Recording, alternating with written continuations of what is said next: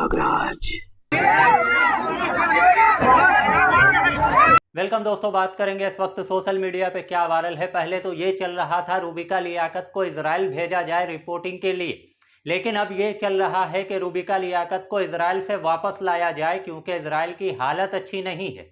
वहीं 2014 से पहले भारत देश की कोई इज्जत नहीं थी। भारत देश को सपेरों का देश बोला जाता था, लेकिन 2014 के बाद से लोग खड़े होकर नमस्कार करते हैं। अब ऐसा किसने कहा है और इनको लेकर क्या बातें चल रही है सोशल मीडिया पे, आगे आपके साथ सभी अपडेट शेयर करने वाला हूं। लेकिन उससे पहले वीडियो के ऊपर लाइक और कॉमेंट जरूर कीजिए।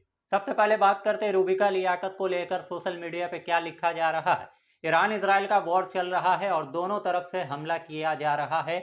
ऐसे में ये बातें चल रही थी कि रूबिका लियाकत को इजराइल भेजा जाए क्योंकि एक बार जा चुकी थी, रिपोर्टिंग कर रही थी, रील भी बना रही थी। लेकिन अब ये लिखा जा रहा है कि रूबिका लियाकत को सरकार से लोग रिक्वेस्ट कर रहे हैं कि रूबिका लियाकत को इजराइल से वापस लाया जाए। अभी डांडिया ने लिखा, मैं भारत सरकार से अनुरोध करता हूं कि रूबिका लियाकत को तेल अवीव से तुरंत निकालने में मदद करे। तो लोग ये बता रहे हैं कि रूबिका लियाकत को तेल अवीव से निकाला जाए, इवैक्यूएट किया जाए, जबकि रूबिका लियाकत तो इजराइल गए ही नहीं है। लेकिन अभी डांडिया ने जो ट्वीट किया है उसको लेकर यहाँ पर KRK लिख रहा है, नहीं नहीं, कभी नहीं, मैं सरकार से अनुरोध करता हूं कि उसे बिल्कुल नहीं निकाला जाए।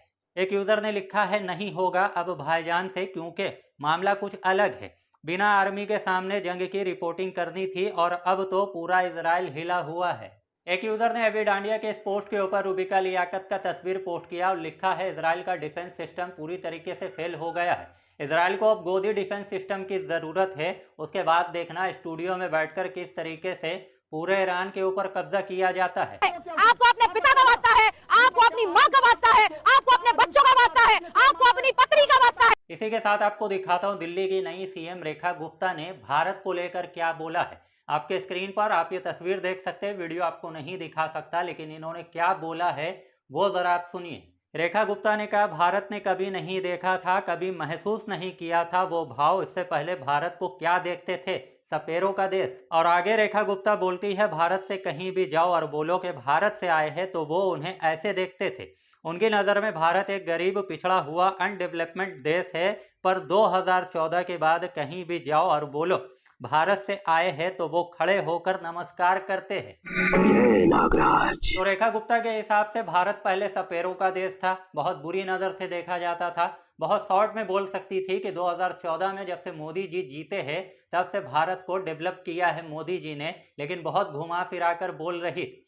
लेकिन यहाँ पर लोग ये पूछ रहे हैं कि फिर नासा में बैठे हुए लोग कौन है जो भारतीय है, और इतने जो इंस्टीट्यूट बने हैं जैसे कि इसरो, IT, IIT, IIM, क्या ये 2014 के बाद से पैदा हुआ है? लगता है CM बनने के बाद आपका दिमाग फेक व्हाट्सएप यूनिवर्सिटी में अटका पड़ा है। एक यूजर ने ये 2 तस्वीर पोस्ट किया है और लिखा है, according to Delhi CM Rekha Gupta, 25 मई 2014 का ये तस्वीर है और 26 मई 2014 का ये तस्वीर है, जहां एक दिन में सब कुछ बदल गया। 25 मई 2014 को लोग पत्थर से आग जला रहे थे और उसके बाद 26 मई 2014 यानी कि जब मोदी जी देश के प्रधानमंत्री बने तो सब कुछ अचानक एक दिन में डेवलप कर गए।